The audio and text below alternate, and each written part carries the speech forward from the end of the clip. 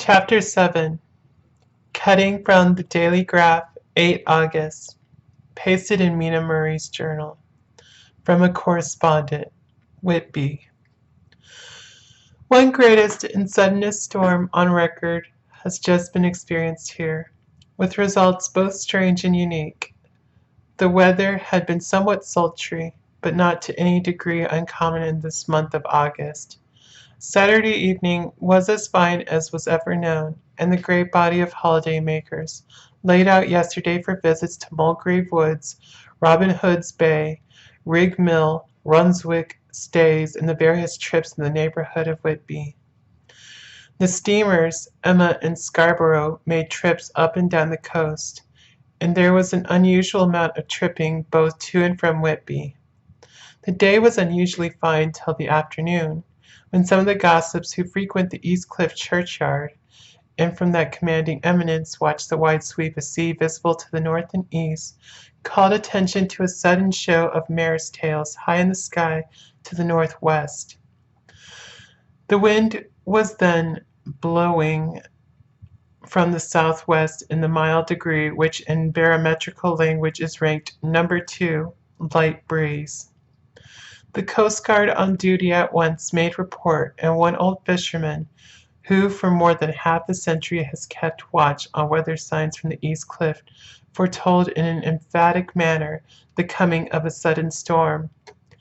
The approach of sunset was so very beautiful, so grand in its masses of splendidly colored clouds, that there was quite an assemblage on the walk along the cliff in the old churchyard to enjoy the beauty. Before the sun dipped below the black mask of Kettleness, standing boldly athwart the western sky, its downward way was marked by myriad clouds of every sunset color: flame, purple, pink, green, violet, and all the tints of gold, with here and there masses not large, but of seemingly absolute blackness, in all sorts of shapes, as well outlined as colossal silhouettes. The experience was not lost on the painters, and doubtless some of the sketches of the prelude to the great storm will grace the R.A. and R.I. walls in May next. More than one captain made up his mind then and there that his cobble or his mule, as they termed the different classes of boats, would remain in the harbor till the storm had passed. The wind fell away entirely during the evening, and at midnight there was a dead calm. A sultry heat, the prevailing intensity which, on the approach of thunder, affects persons of a sensitive nature. There were but few lights in sight at sea, for even the coasting steamers, which usually hug the shore so closely, kept well to seaward, and but few fishing boats were in sight. The only sail noticeable was a foreign schooner with all sails set, which was seemingly going westwards. The foolhardiness or ignorance of her officers was a prolific theme for comment while she remained in sight, and efforts were made to signal her to reduce sail in face of her danger. Before the night shut down she was seen with sails idly flapping as she gently rolled on the undulating swell of the sea, as idle as a painted ship upon a painted ocean.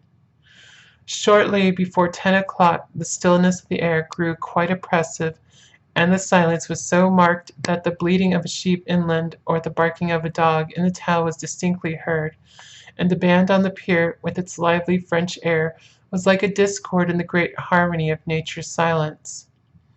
A little after midnight came a strange sound from over the sea, and high overhead the air began to carry a strange, faint, hollow booming. Then without warning the tempest broke, with a rapidity which at the time seemed incredible, and even afterwards is impossible to realize. The whole aspect of nature at once became convulsed.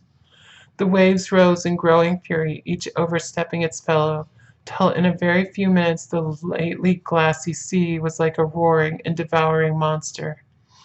White-crested waves beat madly on the level sands and rushed up the shelving cliffs. Others broke over the piers, and with their spume swept the lanthorns or the lighthouses which rise from the end of either pier of Whitby harbor. The wind roared like thunder, and blew with such force that it was with difficulty that even strong men kept their feet, or clung with grim clasp to the iron stanchions, It was found necessary to clean the entire piers from the mass of onlookers, or else the fatalities of the night would have been increased manifold.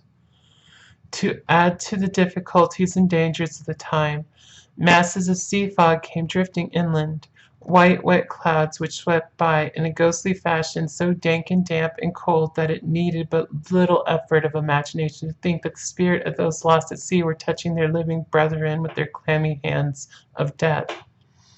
And many a one shuddered as the wreaths of sea mist swept by.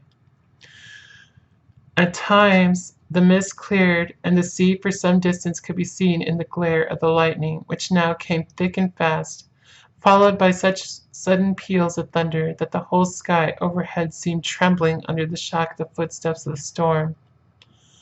Some of the scenes thus revealed were of immeasurable grandeur and of absorbing interest.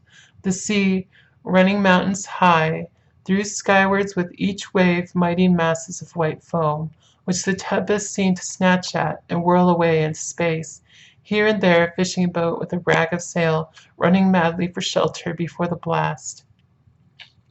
Now and again the white wings of a storm-tossed sea-bird.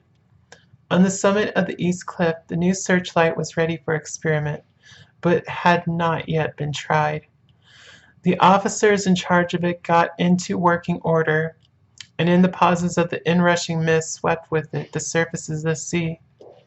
Once or twice its service was most effective, as when a fishing boat with gunwale under water rushed into the harbor, able, by the guidance of the sheltering light, to avoid the danger of dashing against the piers.